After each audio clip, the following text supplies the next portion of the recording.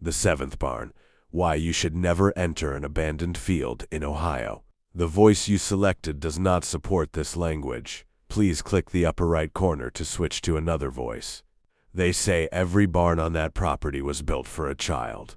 But the seventh one, it wasn't built for a life, it was built for a sacrifice. In 1997, a father and son thought they found a piece of history, but instead, they found out why the locals never look toward the woods after dark. If you think your backyard is safe, wait until you hear what the police found recorded on a camera that was never supposed to be turned on. Deep in the heart of rural Ohio, there is a place that even the locals won't mention after sundown. It's not on any map, and the GPS simply stops working when you get close. They call it the seventh barn. But to understand the blood-soaked soil of that land, we have to go back to a time when wealth was measured in land and legacy. There was a wealthy farmer who owned a massive stretch of property. He had a strange and obsessive tradition. Every time his wife gave birth to a child, he would build a new barn on his land. One barn for every life brought into this world. He would carefully engrave each child's name into the heavy oak doors of their respective barn. 6 barns eventually stood tall across the fields, and 6 happy children played in the shadow of those structures. But then came the 7th. The winter of the 7th child was unlike anything seen before in Ohio. The air felt heavy and cursed as the farmer's wife went into labor inside their farmhouse. A violent storm tore across the valley. The screams of the mother were drowned out by the crashing thunder. But when the sun rose the next morning, the silence was even more terrifying. The wife was gone, and the unborn baby never drew a single breath. Something snapped inside the farmer that night. He didn't just lose his family, he lost his mind. He retreated into the woods, into the frame of the unfinished 7th barn. This was the barn that was supposed to bear his youngest child's name. But now it remained a hollow shell of grief. For weeks, the older children heard a strange sound coming from the woods. Thud, thud, thud. Their father was in the 7th barn, working through the night. But he wasn't building anymore. He was preparing. Neighbors claimed they saw him staring at his remaining 6 children with eyes that didn't look human anymore. And then one Tuesday night, the sound of the tools finally stopped. What happened next is the reason the 7th barn still stands today, rotting while everything else around it has turned to dust. Some sins are just too heavy for the earth to swallow. The night of the massacre began with a chilling calm that settled over the farmhouse. The 6 remaining children, still mourning their mother, were huddled together in their beds, unaware that the man they called father had become a monster. The farmer entered the house not with words of comfort, but with a rusted wood axe in his hand. One by one, he led them out into the cold night air. He told them they were going to see the new barn, the 7th one, to welcome the spirit of their lost brother. The children followed him in a silent line, their small feet crunching on the frozen ground. As they reached the skeleton of the 7th barn, the moonlight filtered through the unfinished roof, casting long, jagged shadows that looked like grasping claws. The farmer didn't hesitate. In the darkness of that nameless barn, he turned on his own blood. The screams were short-lived, cut off by the heavy thud of the axe against the oaked floorboards.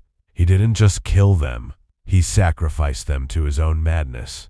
Once the red work was done, the farmer began the most gruesome part of his task. He didn't leave the bodies for the wolves. Instead, he pulled up the heavy floorboards of the 7th barn and dug into the dirt beneath. He buried all 6 of his children in a shallow, communal grave right in the center of the structure. He believed that by keeping them there, the barn would finally have the souls it needed to be complete. But the ground was cold, and the earth seemed to reject the horror he had forced upon it. After the last child was covered in dirt, the farmer stood alone in the silence. The weight of what he had done finally seemed to settle on his shoulders. But it didn't bring him back to sanity. He looked up at the rafters, the thick wooden beams he had carved with his own hands. He took a length of heavy rope, fashioned a noose, and kicked away the crate he was standing on. His body swung in the freezing wind back and forth. hitting the very walls he had built to honor his family. By the time the authorities arrived days later, the scene was beyond description. The air inside the barn was thick with the scent of copper and decay.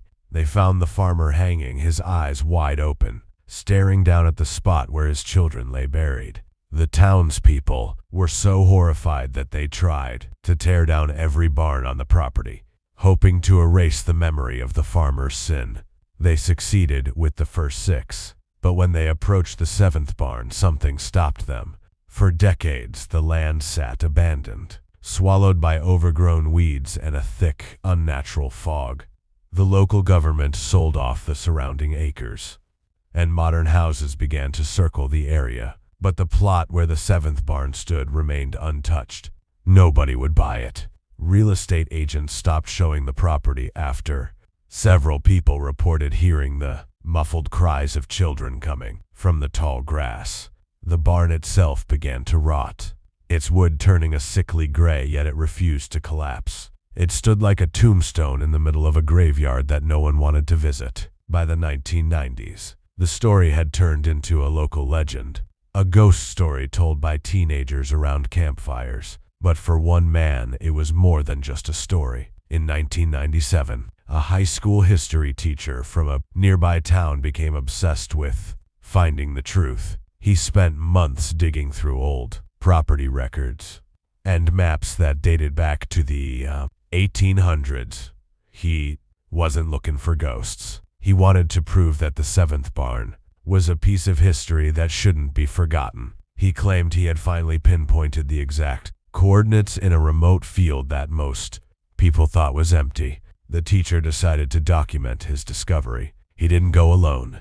He took his teenage son with him, carrying a heavy camcorder and a tripod. He told his wife they would be back by midnight, convinced that he was about to capture the most significant find of his career. They drove out to the edge of the property, leaving their car by the side of a dirt road.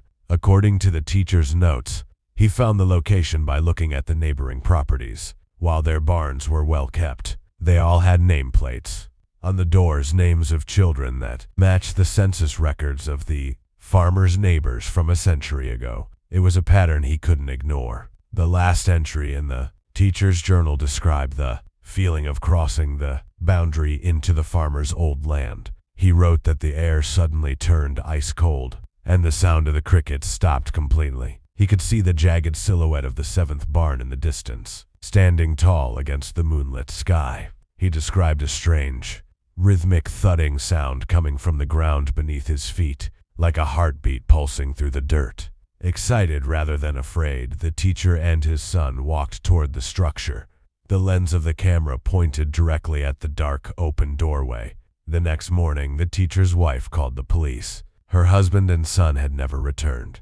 When the authorities arrived at the location, they found the car exactly where it had been left. There were no signs of a struggle, no broken glass, and no footprints leading away from the vehicle. The police began a massive search of the area, moving through the thick brush and the uneven terrain. As they neared the center of the field, they saw it, the 7th barn, hidden behind a cluster of dead trees. The heavy oak doors were wide open, as if the building had been waiting for them. When the police officers stepped inside the 7th barn, the air was so thick and cold that their breath turned into white mist. The flashlights cut through the darkness, revealing a sight that made even the most seasoned investigators freeze in their tracks. Hanging from the high wooden rafters were the bodies of the teacher and his teenage son. They were positioned exactly like the farmer had been found a century earlier. Their eyes were wide open, locked in an expression of pure, unadulterated terror. But the most disturbing part wasn't the bodies. It was what lay directly beneath them. The floorboards had been ripped up, and the dirt underneath had been freshly disturbed. The shallow grave of the 6 children had been exposed. Forensic teams later discovered that the teacher's camcorder was sitting on a nearby crate, still recording. When the investigators played the footage back at the station, the video started normally. It showed the teacher and his son walking toward the barn, talking about the historical significance of the site. But as soon as they crossed the threshold of the door, The audio began to distort into a high-pitched, screeching sound. The video grew grainy, but you could clearly see the shadows inside the barn moving independently of any light source. In the final minutes of the recording, the teacher and his son weren't screaming. They were standing perfectly still, as if they were in a deep trance. A dark, misty figure emerged from the corner of the frame, a tall man holding a rusted axe. The figure didn't attack them. It simply pointed toward the rafters. Without a word, the teacher and his son began to climb the wooden beams themselves, their movements jerky and mechanical, as if their limbs were being pulled by invisible strings. The camera fell to the ground, but it continued to record the sounds. For the next 30 minutes, the only thing audible was the rhythmic creaking of the ropes and a soft, melodic humming, a lullaby in an old Dutch dialect.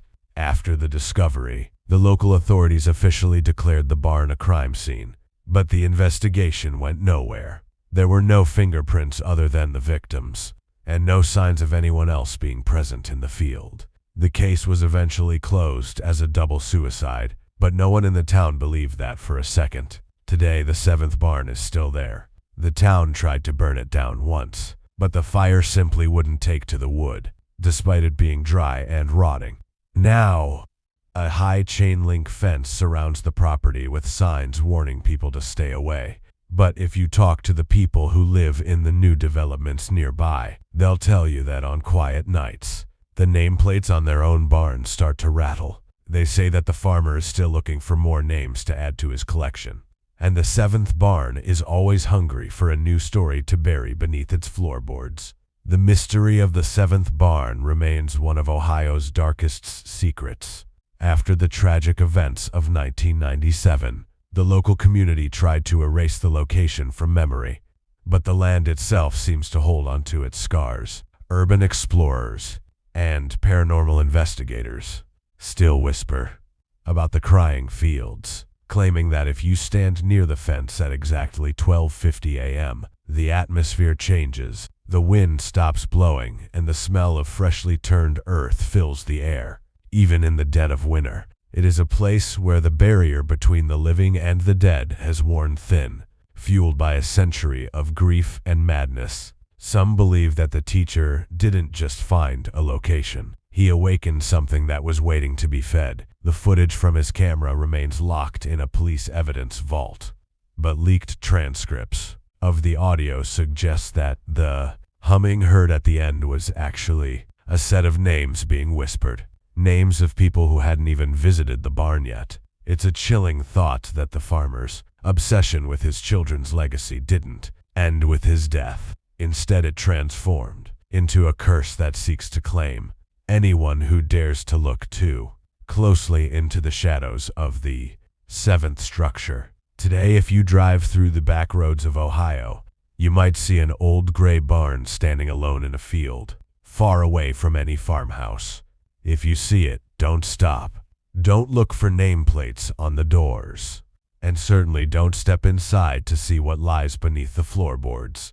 The 7th barn is no longer just a building made of wood and nails. It is a monument to a father's broken mind and a silent trap for the curious. The farmer is still there, waiting in the rafters with a rope and an axe, ready to complete the family he lost so long ago. The story of the 7th barn serves as a grim warning. Some places are better left lost. Some history is better left buried. Because once you step into the territory of the wealthy farmer, you don't just become a visitor.